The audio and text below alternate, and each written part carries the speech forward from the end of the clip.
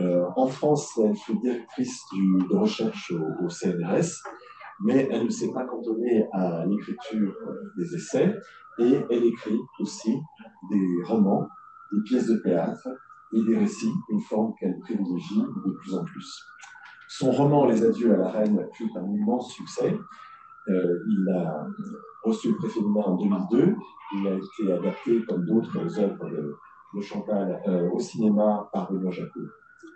Chantal Thomas a été élue à l'Académie française en 2021. Et plutôt que d'arborer une épée, comme le font les académiciens, elle a choisi un éventail japonais, ce qui révèle beaucoup de sa liberté et de son élégance.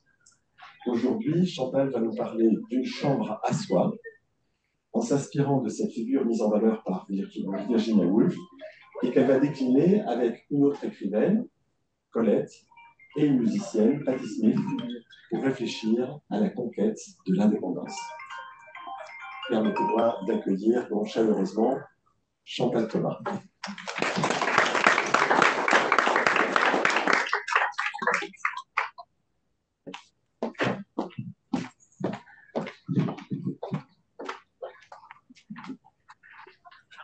Je vais commencer par une petite anecdote. J'étais particulièrement heureuse de parler d'une chambre à soi ici, et je me demandais vraiment pourquoi j'étais si émue. Et tout d'un coup, un souvenir m'est revenu, qui était que la première fois où je suis arrivée à New York, le second soir, je ne savais pas du tout où j'allais dormir, donc j'ai erré sur Washington Square, et j'ai vu la Maison Française, et j'ai cru que c'était un hôtel. Je suis entrée, et la dame a été très gentille, très gentiment, elle m'a dit non, non, il ne faut pas dormir ici. Et dans sa gentillesse, j'avais l'impression qu'elle craignait que dans le hall, je déroule tout de suite mon sac de couchage. Et je suis partie. Mais ça a créé un lien particulier pour moi, la Maison Française. C'est une maison. C'est une vraie maison. Alors, j'ai choisi ce soir 3 femmes, donc. Une anglaise, Virginia Woolf, une française, Colette, et une américaine, Patti Smith. Donc, des femmes de nationalité et de langues différentes, mais qui ont toutes en commun d'avoir dû s'affronter à la question d'une chambre à soi, d'un espace à soi pour se réaliser. Je vais commencer avec Virginia Woolf.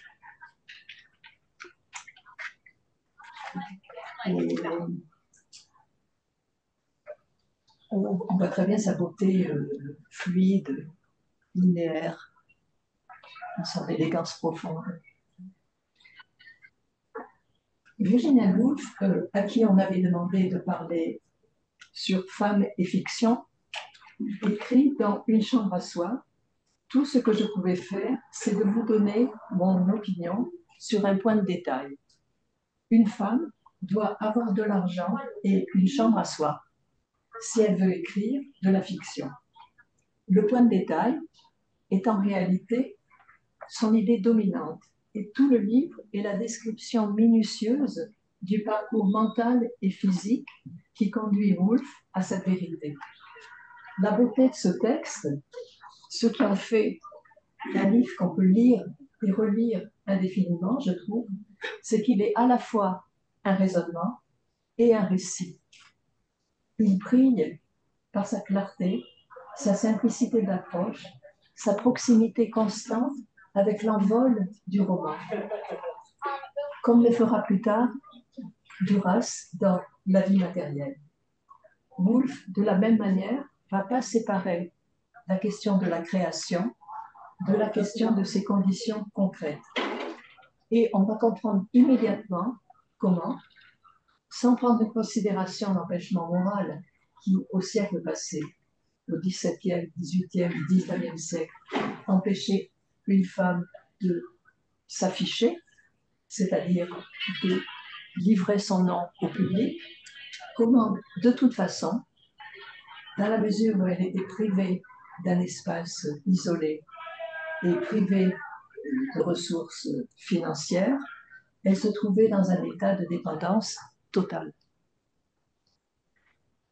dépendantes de leur père ou de leurs époux quant à l'argent, et perpétuellement occupées par des tâches ménagères ou, pour les privilégiés, par la tenue d'une maison, les devoirs d'une sociabilité qui d'ailleurs étaient très souvent liés à la carrière du mari.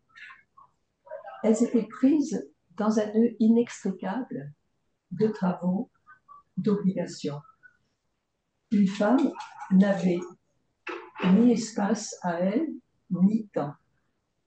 Comme le reprend Virginia Woolf, citant Nightingale, les femmes n'ont jamais une demi-heure qu'elles puissent déclarer à soi. On peut d'ailleurs se demander si ça a beaucoup changé. Ce temps à soi, ce temps suspendu, il a correspondu pour moi aux années étudiantes et à la découverte d'une autonomie qui était liée à une bourse et à des chambres de bonne en hauteur, sous les toits, chambres dont je changeais à chaque automne et qui me faisaient voyager dans Paris. C'était l'époque où je fréquentais le séminaire de Roland Barthes, qu'il qualifiait lui-même de jardin suspendu. C'était un programme d'études. Une réalité féminine et studieuse, vagabonde en même temps, parfaitement inexistante en 1928, l'année où Woolf prononce les 2 conférences dont la réunion va former une chambre à soi. C'est aussi l'année où, en Angleterre, le droit de vote est accordé aux femmes. En France, je le rappelle, il est accordé en 1944 et aux USA, il avait été obtenu en 1920. Woolf prononce ses conférences pour des institutions d'exception, 2 collèges féminins qui sont abrités par Cambridge. Ces collèges sont de rares îlots à l'intérieur d'un univers intellectuel exclusivement masculin. Et si, entraînée par la vigueur de son raisonnement, Woolf se met à marcher, quand elle a une idée forte, elle bouge, elle est très vite bloquée dans sa déambulation, bloquée par une suite d'interdits, comme par exemple celui, radical, d'entrer à la bibliothèque. Woolf est quelqu'un qui pense en bougeant, en mouvement. Sa conviction de la nécessité d'une chambre à soi pour qu'une femme puisse écrire implique aussi l'affirmation de son droit à aller et venir au dehors. Et Woolf a cette formule forte sur l'horreur d'être enfermé dehors. Il faut pouvoir disposer d'une pièce qui ferme à clé afin de mieux profiter d'un monde extérieur ouvert. Dans le cas des romancières anglaises du XIXe siècle, c'était exactement l'inverse, puisqu'elles se trouvaient dans une salle ouverte à tout venant, donc perpétuellement interrompue, et que le monde extérieur leur était absolument fermé. Et je pense à Charlotte Brontë, qui habitait donc la maison de son père, pasteur, et quand vraiment elle n'en pouvait plus, qu'elle étouffait, paraît-il qu'elle faisait des grandes promenades, qu'elle marchait comme une folle dans les couloirs en allant et venant, ou bien elle montait sur le toit et elle rêvait de voir au-delà des horizons des champs.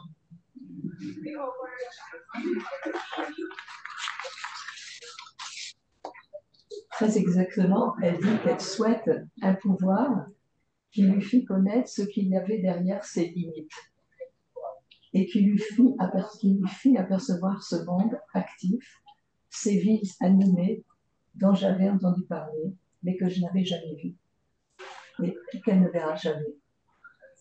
Ces femmes ignorent tout du reste du monde et elles n'ont pas une demi-heure ni un centime qui leur appartiennent. Il leur est même difficile de se procurer de l'encre et du papier. Elles écrivent à la sauvette. Et qu'elles réussissent ou non à s'échapper, elles restent prisonnières d'une société dont toutes les portes leur sont fermées.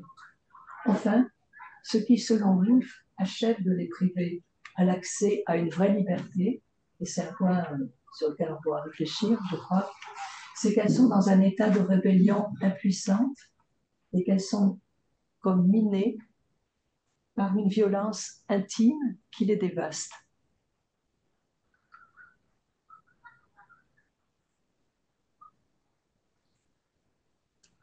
C'est la vue de l'atelier, c'est la photographie de l'atelier d'écriture de Virginia à Monk's House, dans le village de Rodmel.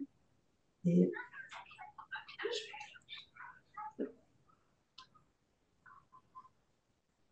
les deux photos disent très bien ce désir de sérénité. C'est comme un rêve de créativité qui serait en même temps porté par la nature et par l'air, par la douceur de l'air. La chambre à soie, on le voit bien, pour Woolf, elle est du côté du calme, d'une souveraineté guérie du poison du ressentiment et détachée du colère contre la domination masculine. La chambre à soie est une forteresse de sérénité. Elle suppose un confort financier, qui est d'ailleurs difficile à obtenir, et Woolf est très très précise dans ses mémoires sur combien elle gagne, combien elle pense pouvoir vendre de livres. À un moment, elle pense qu'elle va peut-être en vendre 1000, et c'est extraordinaire. Et en même temps, elle a l'intuition que si on ne dépasse pas l'intériorisation des obstacles, on n'est pas libre. Alors, on peut se demander, est-ce que c'est une utopie et est-ce que c'est réalisable? Maintenant qu'on a rêvé sur la chambre à soi, selon Virginia Woolf, moi, je n'ai pas vu la maison, mais elle existe toujours. Je ne sais pas si certains d'entre vous l'ont visitée. C'est Colette. C'est Colette au Palais Royal et c'est un moment où elle écrit sur un plateau dans son lit. Et Virginia Woolf aussi écrivait dans son lit. Une chambre à soi, elle l'a écrit dans son lit.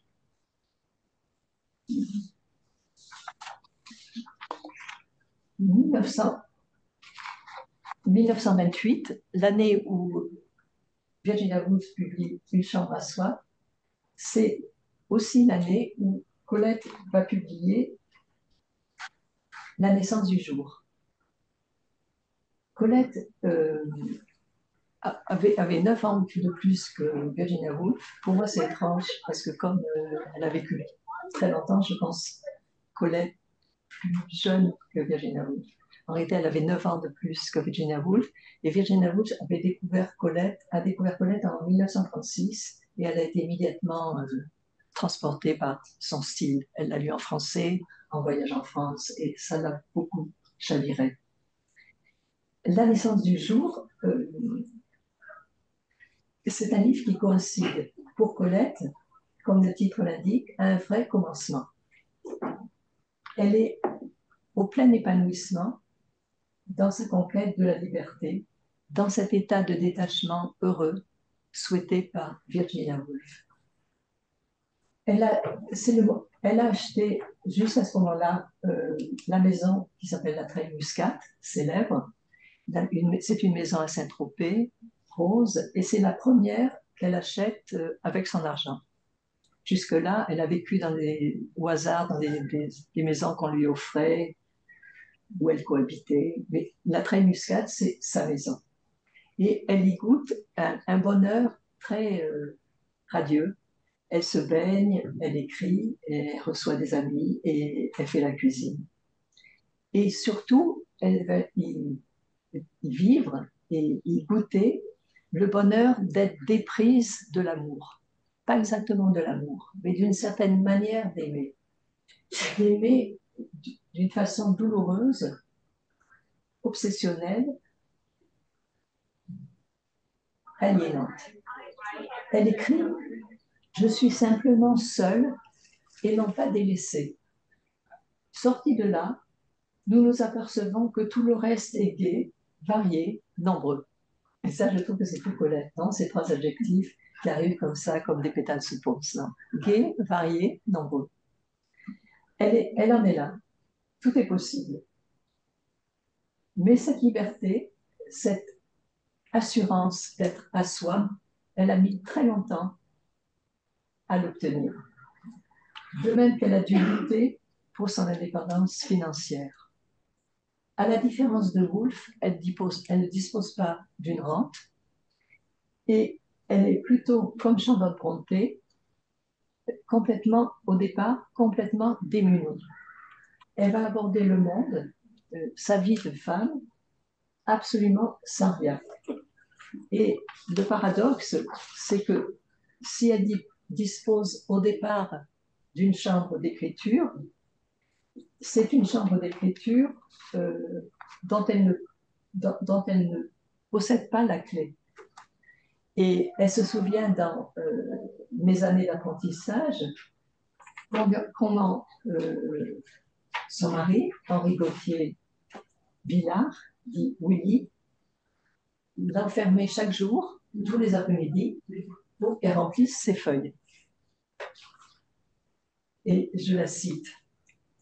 Quel atelier qu'une geôle. Je parle de ce que je connais. La vraie geôle est le bruit de la clé tournée dans la serrure et la liberté rendue 4 heures après. Montrez-moi page blanche. Il me fallait, au contraire, montrer page noircie. Ces détails de captivité quotidienne ne sont pas à mon honneur, j'en conviens. Mais, ajoute-t-elle, il faut comprendre qu'elle ne possédait rien. Elle n'avait aucun diplôme. Le droit pour une femme de passer son baccalauréat, c'est 1924. Et elle n'avait pas non plus d'argent par sa famille, qui était ruinée par le père. Et Colette note qu'un prisonnier, habitué à lancer les regards très loin au-delà des murailles, ne pense pas sans arrêt à s'évader. En relisant Colette, j'ai été très frappée par la question qu'elle pose du masochisme et du lien voluptueux avec l'asservissement et donc du temps très difficile d'émerger. Pour durer, elle dit elle-même qu'elle a choisi avec son mari de durer.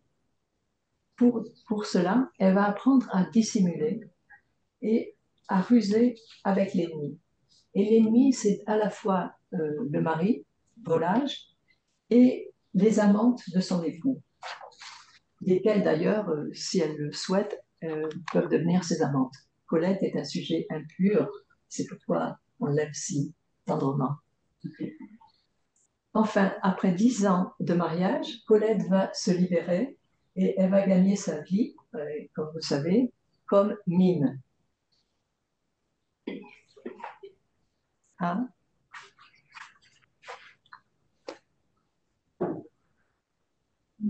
C'est dire que pour elle, la salle de gymnastique a été un premier pas vers la chambre d'écriture.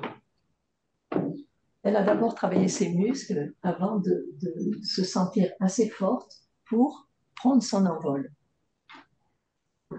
Et au fil d'années d'acharnement, elle va réussir juridiquement à se faire reconnaître comme l'autrice de Claudine et existentiellement à parfaire le talent de vivre sur soi, c'est-à-dire en paysanne, de vivre sur ses propres ressources et de se déprendre d'une aliénation économique et affective. Elle va réussir aussi et surtout à imposer une langue qui fait rayonner sa vision, sa singularité et une intelligence toujours en prise avec une volupté à fleur de peau. Colette va enfin signer Colette, après avoir signé Colette Willy et Colette de Jouvenel quand elle était au matin. Elle va signer donc du nom de son père, Colette, qui était, vous le savez sans doute, un écrivain raté. qui a accumulé des volumes et des volumes et des volumes dans son cabinet d'écriture sans jamais écrire une ligne, sauf une dédicace à sa femme. C'est vertigineux. C'est une version de Shining.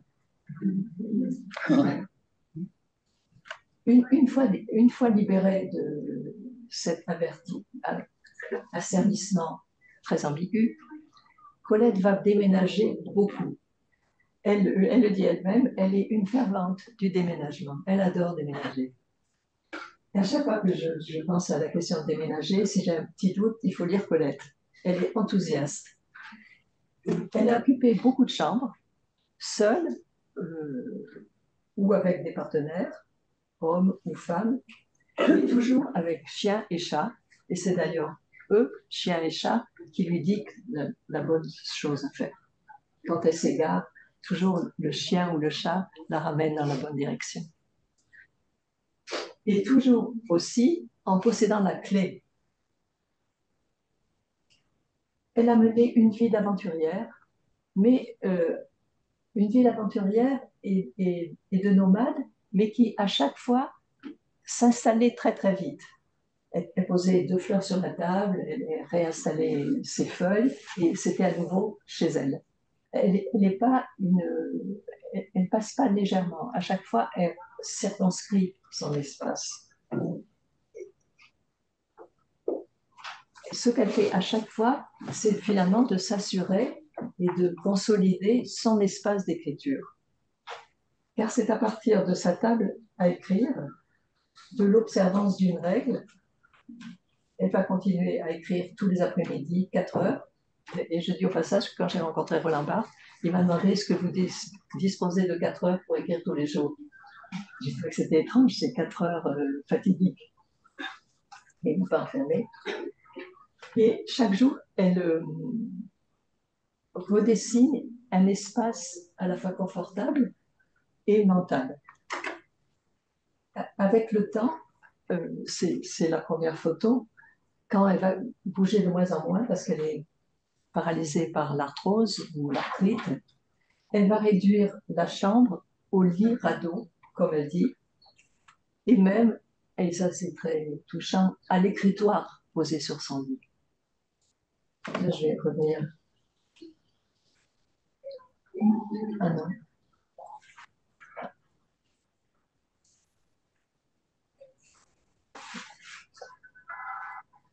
Bon, je ne maîtrise pas complètement. Voilà. Et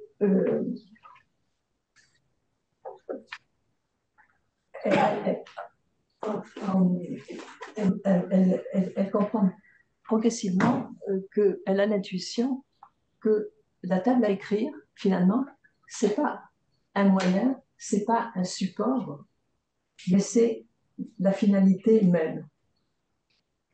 Et à propos de l'Exode en 1940, mais c'est une remarque qui vaut pour sa vie entière, elle déclare « Au bout d'une longue route, je n'ai pas prévu que j'allais si loin pour buter contre une table. Terme, obstacle, récif, bassette conçue pour les repas à l'idée, c'est ça en fait. Guéridon boiteux d'un hôtel, contre une table à écrire. »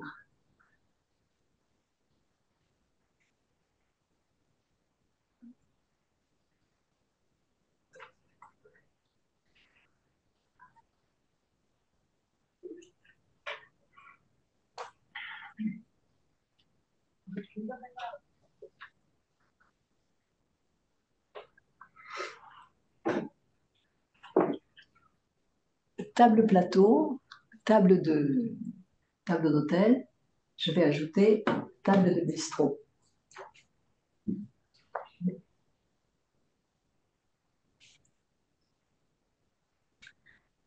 En hommage au très beau livre de Patti Smith, M. Twain, qui célèbre le plaisir ou l'habitude, le rite d'écrire sur une table de café.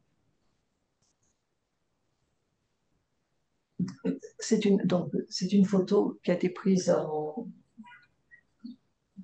2015, je crois. Oui, elle a alors 69 ans. Et, et elle dit à la fois sa tristesse et une solitude qui est plutôt essentielle. Patti Smith, dans son amour des cafés, elle avait d'abord pensé à fonder un café. Et d'ailleurs, elle a loué dans East Village un café, un emplacement. Et elle avait travaillé avec son frère pour l'arranger, le construire. Et ça devait s'appeler le Café Nerval. Et c'était un café pour voyageurs et rêveurs. Mais à ce moment-là, elle est tombée amoureuse du musicien Jeff Sonic Smith et elle a tout arrêté. Elle a quitté New York, elle est partie vivre à Detroit, elle a élevé ses 2 enfants et elle s'est éloignée de la scène. Mais quand en 1994, elle perd son mari et son frère, elle revient vivre à New York et à ce moment-là, elle a ce rythme d'aller tous les matins au café Inno et de s'asseoir là. Et elle n'a même pas à commander. Le serveur lui apporte immédiatement son café noir et ses tartines couvertes d'huile d'olive. Et elle se met à écrire. Elle écrit sur quoi? Elle écrit sur rien. Et nous dit-elle, c'est très difficile. Elle écrit sur rien et par moment, quand elle a l'inspiration, elle note des choses très vite sur les petites serviettes en papier. Ce qui fait qu'un jour où elle va à un colloque en Allemagne, elle sort tout un paquet de petites serviettes de papier griffonnées et le public est un petit peu surpris quand même. On pourrait croire que M. Twain, je ne sais pas si vous l'avez lu, mais c'est vraiment très beau, est un livre déprimant, mais en réalité c'est un livre extrêmement tonique et il l'est parce qu'elle a une constante poésie et qu'il y a une étrangeté et une sorte de rapport naturel à l'insolite qui fait qu'on est dans un dynamisme. Donc elle dit la douleur, mais elle la dit d'une telle façon que on bouge avec elle.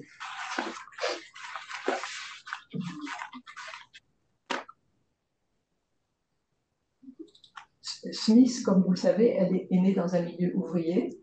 Elle a même travaillé dans une usine. Et elle a fait le choix, très jeune, sans aucune compromission, de vivre dans le monde parallèle ou dans l'utopie des artistes, du monde des artistes, du monde que s'inventent les artistes. Elle a eu un coup de foudre, une sorte de révélation mystique pour Arthur Rimbaud, et avec un mélange étrange de naïveté et d'héroïsme et de sentimentalisme, elle a fait de Rimbaud un guide, le guide de sa vie, son double d'amour, et celui qui lui a permis de jamais sombrer et qui lui a fait traverser la vie tout en étant réaliste dans une sorte de rêve et de créativité musicale. Et ça, c'est quelque chose qui me frappe chez les écrivains américains, c'est la manière dont souvent, je pense surtout aux écrivains de la Beat Generation, s'ils lisent un auteur qui leur fait vraiment de l'effet, ils changent leur vie. C'est-à-dire, ils vont sur place, ils vont le voir, ils vont au besoin le toucher. Quand Ginsberg va en France, il veut vraiment rencontrer Céline et il touche son pantalon, enfin, par là. Mais il y a quelque chose de simple et de fétichiste dans cette approche, qui est complètement différente de l'approche intellectuelle et plus réfléchie, disons, et finalement moins salvatrice française. Alors, en aboutissement de cette totale dévotion à Arthur Rimbaud, Patti Smith récemment a acheté, non pas la maison où habitait Arthur Rimbaud, puisqu'elle n'est plus là, mais la maison qui a été construite sur l'emplacement où était la maison d'Arthur Rimbaud. Je trouve ça merveilleux. Ouais, j'aime bien. Voilà. Maison franchement extraordinaire.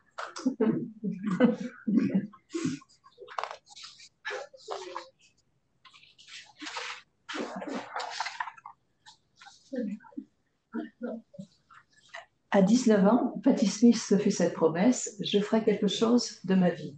Elle ne sait pas du tout quoi. Et elle débarque à New York, sans un sou, comme les romancières du 19e siècle, et comme Colette à Paris, mais avec cette différence qu'elle est parfaitement indépendante.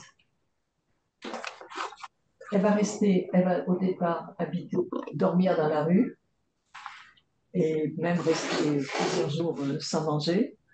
Mais on est en 1967 et la ville est très accueillante, c'est une ville de bohème et de poètes.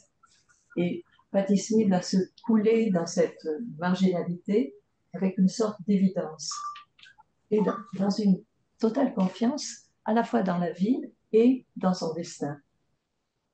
Elle éprouve absolument aucune inquiétude et c'est peu de dire qu'elle ne se pose pas la question d'une chambre à soi, puisqu'elle est dehors. Donc, c'est un raffinement qui, évidemment, ne peut pas l'effleurer.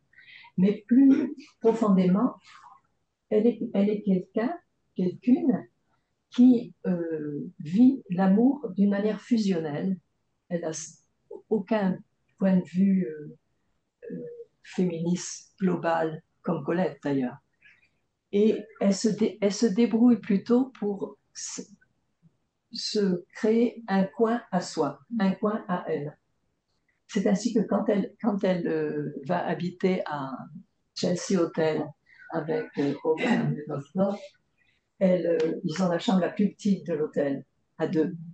Et lui prend cette chambre tout de suite pour en faire son atelier. Et elle trouve un travail à plein temps. Et quand elle veut travailler ou écrire, eh ben, elle s'assoit dans le hall. Et elle travaille comme ça. Et il y a une sorte de souplesse et d'abandon à ce qui peut advenir qui est une vraie force, je crois.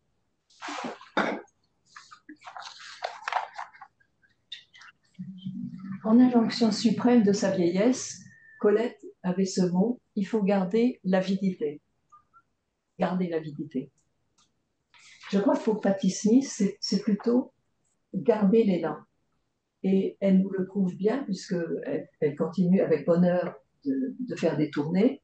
Elle a même chanté sous la coupole à Paris au moment de la réception d'Annie Leibovitz. Et elle a une sorte de souffle, peut-être parce qu'elle a traversé aussi le deuil avec une vérité profonde, elle a une sorte de souffle qui l'accompagne. Je pense que c'est aussi parce qu'elle ne s'est pas heurtée de plein fouet à une dure réalité, dans la mesure où elle a gardé le registre d'inventivité qui la faisait, quand elle était petite fille, inventer des histoires pour ses frères et sœurs, et puis commencer à collecter des cailloux, des petites poupées, une chose un peu fétichiste et un peu archaïque. Et ça lui a donné la force, je pense, de traverser le temps d'une manière particulièrement réussie, me semble-t-il.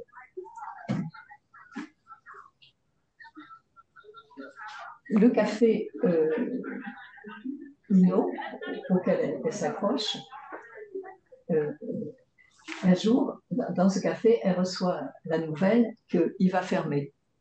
Donc, vous savez, quand on est accro à un café, c'est franchement le monde qui s'écroule. Donc, elle est vraiment très mal. Elle essaie le café Dante, mais ça ne l'inspire pas, elle n'y arrive pas. Donc, elle revient chez elle, très abattue. Et un matin, aux merveilles, le patron du café, avant de vider les dieux, lui offre la table et la chaise sur laquelle elle s'épuisait à écrire sur rien. Et cette table et cette chaise, elle va les transporter dans le studio qu'elle s'est acheté à Rockaway Beach, et ça sera sa chambre d'écriture, la, la table de son studio de bord de mer, et elle va réunir ainsi, dans une sorte de circularité magique, le monde du dehors et le monde du dedans. C'est le studio. Et elle, dans une interview au New York Times, elle dit que c'est le premier lieu dans sa vie où elle a choisi chaque meuble. Et c'est drôle quand on voit le résultat. Mais chacun compte énormément pour elle. La nécessité d'une chambre à soi et de ressources financières personnelles a été pensée par Woolf comme condition de la création littéraire. Mais elle pose plus largement la question de notre rapport au monde. Un rapport à vivre, essayer de vivre sous le signe de l'harmonie, de la circularité. Woolf note dans son journal à la vue de deux marcheuses. Deux filles résolues, allées, poussiéreuses, en maillot de jersey et jupe courte. Mon instinct est d'élever aussitôt une barrière qui les exclut. Je les trouve en tout point anguleuses, gauches, impudentes. Mais tout cela est une grave erreur. Ces barrières m'excluent, moi. Dans le même esprit d'adaptation au dehors, d'acceptation et même de plaisir et d'abandon au dehors, Colette nommait le jardin de la Treille Muscade sa chambre à coucher dehors, car elle adorait y dormir la nuit. Pareille liberté, je crois, implique un point d'ancrage sûr, un espace en soi, une solitude intérieure où l'on ne dépend que de soi. Voilà, je vous remercie.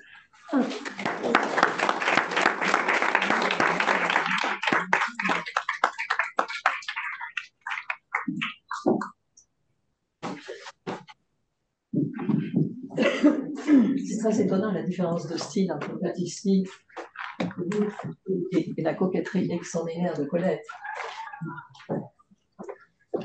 Est-ce qu'il y a des questions? Moi, je vous poser la première, hein, mais oui, il y a déjà des questions.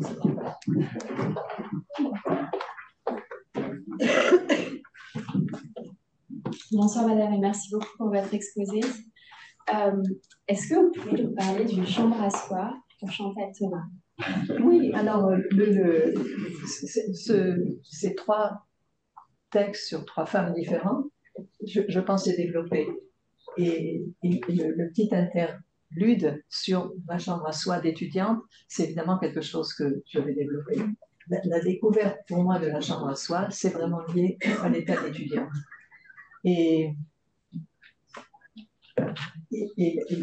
la chose très belle, c'est qu'au moment où j'ai pris conscience de ça, du bonheur de cette bourse, de ces journées entières à lire, d'une complète irresponsabilité, je me suis inscrite donc au séminaire de Roland Barthes, qui m'a dit qu'il fallait que je garde vraiment mes 4 heures pour écrire.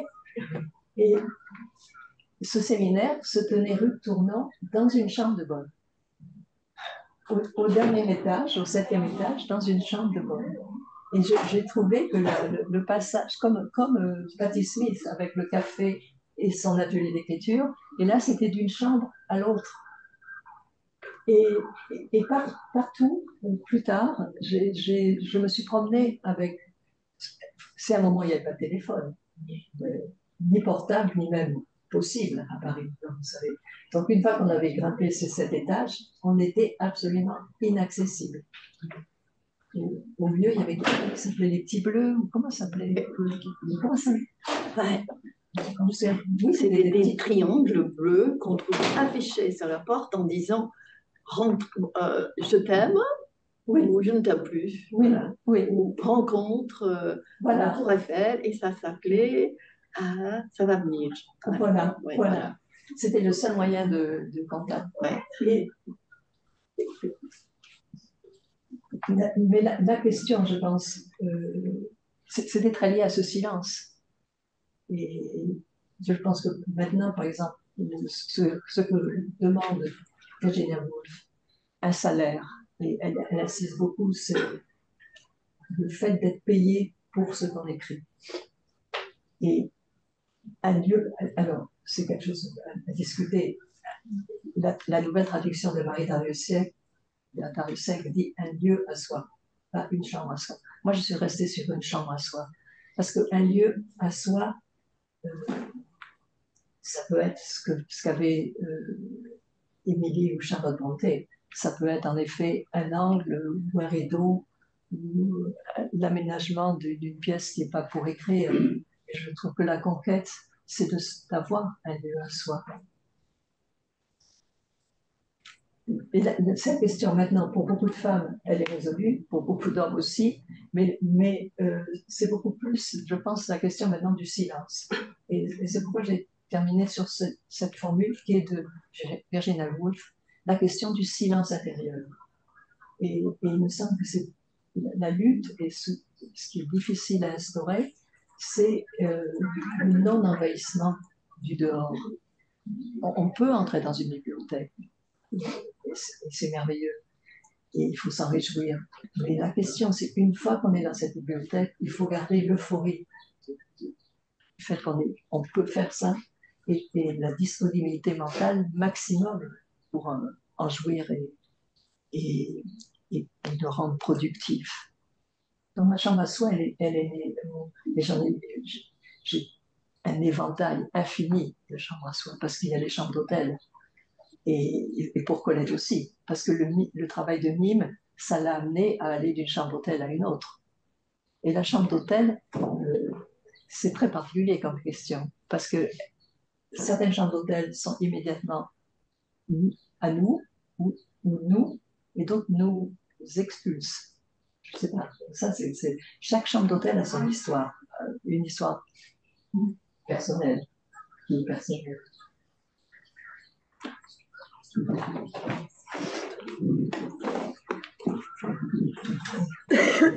Merci beaucoup pour cette présentation très intéressante. Je voulais vous demander, est-ce que dans la chambre, il y a d'autres choses? Est-ce qu'il y a des détails qui sont importants pour que la chambre soit à soi, en fait, pour écrire? Parce que, voilà. Est-ce qu'il y a des détails, des choses importantes, des objets qui doivent être présents pour que la chambre soit vraiment à soi et qu'on puisse écrire? En général ou... Alors peut-être à travers ces trois femmes, mais oui, peut-être aussi... Pour Patti Smith, on voit que c'était assez nu. Mais je pense qu'elle avait des petits objets auxquels elle tenait. Virginia Woolf, manifestement, c'est les fleurs. Et pour moi, c'est les fleurs. Même si j'ai absolument besoin de fleurs. C'est les fleurs et une fenêtre, un jeu entre les fleurs et la fenêtre. Et une certaine proportion d'espace aussi. Mais des chambres m'ont enchantée qui, de l'extérieur, devaient paraître pathétiques. Mais je poussais la porte et j'étais ravie. Et je me souviens, une chambre, c'était lié à un abat-jour rouge et à une petite couverture écossaise que j'avais mise sur la table. Et ça me bouleversait. Je pense que c'est un moment aussi où on est pris dans un certain rayonnement d'idées. On est allégé par ça. Je crois que c'est aussi une disposition studieuse, la chambre à soi. Non?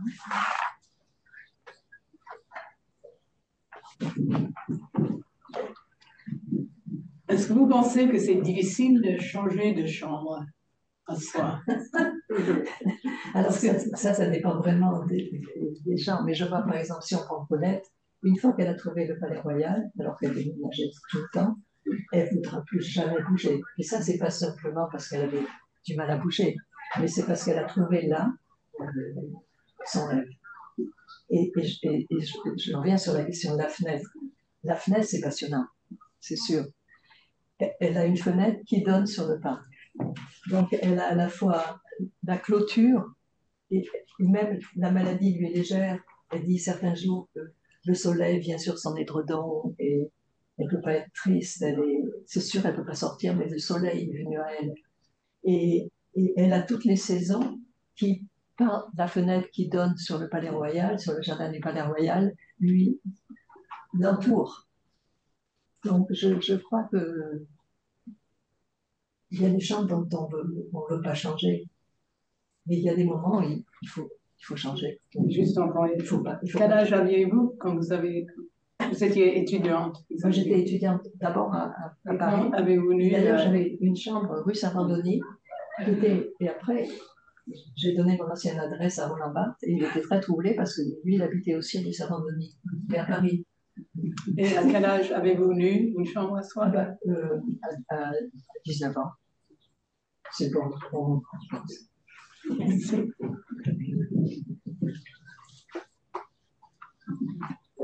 Merci beaucoup, Chana. Une petite question à propos aussi de la position qu'on a dans la chambre, parce que vous avez montré Colette dans son lit. Là, on sait aussi que vous écrivez dans son lit. Et je crois, si je peux me permettre, puisque là, vous avez aussi fait l'expérience d'écrire couché, mais aussi sur un bureau. Est-ce que ça change le mode d'écriture? Ah oui, je crois. Oui. Oui, je crois. Est-ce que vous pouvez dire quelque chose là-dessus sur la position, la passivité ou l'activité par rapport entre un bureau et un lit? Ah oui, je pense qu'écrire couché, on est beaucoup moins volontariste. On est plus dans la coulée de la phrase et dans un repos du corps. Donc, je crois que l'esprit comme psychanalyse, je pense que le patient, en tout cas certaines psychanalyses, est couché. Je crois qu'il y a une sorte d'abandon du poids du corps pour que l'esprit ou la plume, ou maintenant l'ordinateur, aille son chemin. Et assis, il y a plus de volonté, et puis il y a le corps cassé en deux. Mais le grand exemple d'écrivain couché, écrivant, évidemment, c'est Proust. La chambre maximale dessous. En soi, c'est Proust, avec le liège, et on ne peut pas faire mieux, c'est sûr. Mais je suis très frappée par la manière dont Virginia Woolf et Colette aussi à sa façon ont vraiment travaillé dans le sens d'un espace à soi intérieur aussi. Et peut-être la chambre à soi parfaite, c'est quand nous, on a en soi cette sérénité intérieure. Et c'est très fin. Si on pense à Virginia Woolf, c'est évidemment très, très émouvant, puisque ces chambres, ces ateliers si beaux, si ouverts sur l'espace, où elle est vraiment seule dans le jardin, sous la protection de Léonard Woolf, son mari, n'empêche pas la folie, n'empêche pas des vagues de la folie de frapper contre. Et qu'est-ce que vous pensez de quelqu'un comme Beauvoir qui aimait écrire dans les cafés? Alors... Oui, c'est le même phénomène, je crois, que quand Patti Smith va écrire. Nathalie Sarraute aussi écrivait tous les jours uniquement dans les cafés. Et je crois que c'est une discipline et que c'est une manière de cerner le temps d'écriture de manière très stricte. Et dans le cas de Simone de Beauvoir, puisque c'était de Magot, oui, c'est aussi d'être à la fois enfoncé en ses propres réflexions et possiblement distrait par le passage. Donc je crois que c'est une double musique, une musique à la fois profonde, de basse, et puis un divertissement possible. Je crois que ça aide. Mais alors là, c'est la question du café. Le café à soi. Ça, c'est un autre sujet. Oui. Mais on revient au masochisme jusqu'à un certain point, parce que quand on est là, dans le café, en train d'écrire, on est sollicité par tout ce qui est autour et on refuse. Oui, On se refuse ce plaisir. oui, oui, oui. Donc oui. il y a quelque chose de masochisme. C'est compliqué, aussi. il peut y avoir des tensions. Ouais. Et puis on peut être fasciné par la conversation d'à côté. Aussi. Et la faire rentrer dans son texte. Ça m'a fait beaucoup voir. Oui. Le petit bleu s'appelait un pneumatique. Un pneumatique, voilà. Voilà. En fait, c'était soufflé par un bonhomme pneumatique qui lui dit. Mais ce temps de la... Je suis nostalgique de ce temps suspendu, du jardin suspendu. Ça, c'est une chose dont je suis nostalgique. Je n'ai pas un tempérament nostalgique, mais ça, oui. Et avec le téléphone portable, maintenant, on n'est jamais complètement seul. Si on fait entrer le téléphone dans sa chambre, on risque gros. Voilà, je pense que la version contemporaine de cette angoisse, de cette question anxieuse d'une chambre à soi, elle doit intérioriser la question du son. Du son, pas seulement notre propre téléphone, mais du son.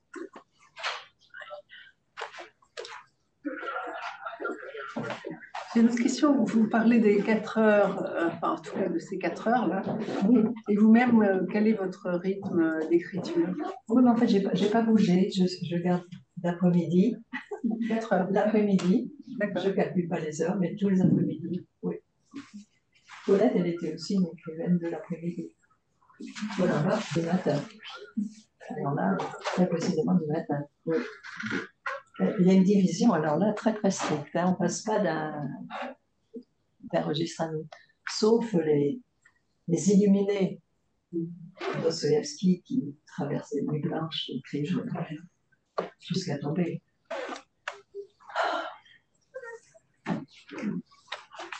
Et la lumière. Oui. Quel plaisir de vous entendre. Mais alors, le désir d'avoir une chambre à soi,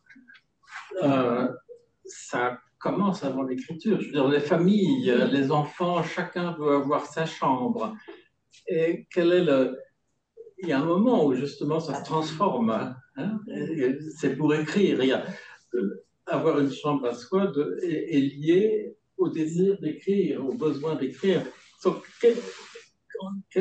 et je pense également à un recueil de textes de Louis-René Desforêts qui s'appelle La chambre des enfants. Hein? Qu'est-ce que c'est le rapport à la chambre avant que l'écriture, avant que ça ne permette l'écriture? C'est... Oui, alors, moi, la chambre, pour moi, a toujours été un lieu magique. Et elle était le lieu à Arcachon. Ça a été longtemps un lieu où je lisais. Mais c'était aussi une sorte, à l'intérieur de la chambre, je pouvais inventer ou créer un espace secret à l'intérieur quand ma petite amie voisine venait jouer avec moi. Donc, la chambre, quand je pensais la chambre, ma chambre, je pensais à l'intérieur de la chambre, cet enclos qu'on créait ensemble. Je crois que pour l'enfant, la chambre à soi, c'est la possibilité d'un jeu, ignoré des parents, et d'un imaginaire qu'on est seul à vivre. Peut-être en ce sens, il précède le désir d'écriture. Mais moi, j'ai vécu très longtemps sans aucun désir d'écriture. Et donc, je crois que pendant toutes ces années, le plaisir de ma chambre, de cette en soi du monde, c'était un certain rapport avec mon imaginaire. Et qu'il ne soit pas ni interrompu du dehors, ni surveillé du dehors, et qu'il reste vraiment une partie de silence, quelque chose que je ne livrais pas. Et quand j'ai commencé à écrire, j'ai toujours pensé que cette espèce de carré magique qu'on dessinait ensemble, à deux, était le vrai support, le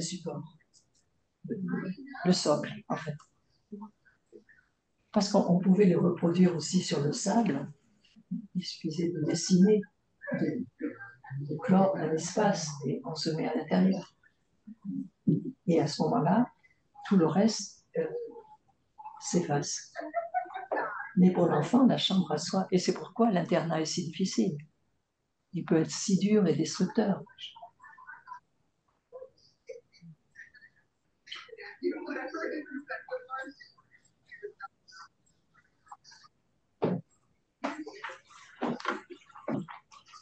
D'autres questions avant de rejoindre chacun sa chambre? Et de fermer bien la porte à clé. Mais cette chose de Colette enfermée à la clé, c'est quand même étonnant. C'est une chose très forte.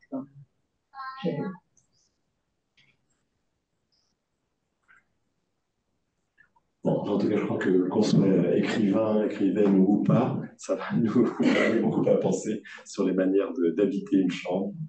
Et je vous remercie beaucoup pour ce voyage entre les trois écrivaines et la musicienne et vous, que vous nous avez proposé ce soir. Merci.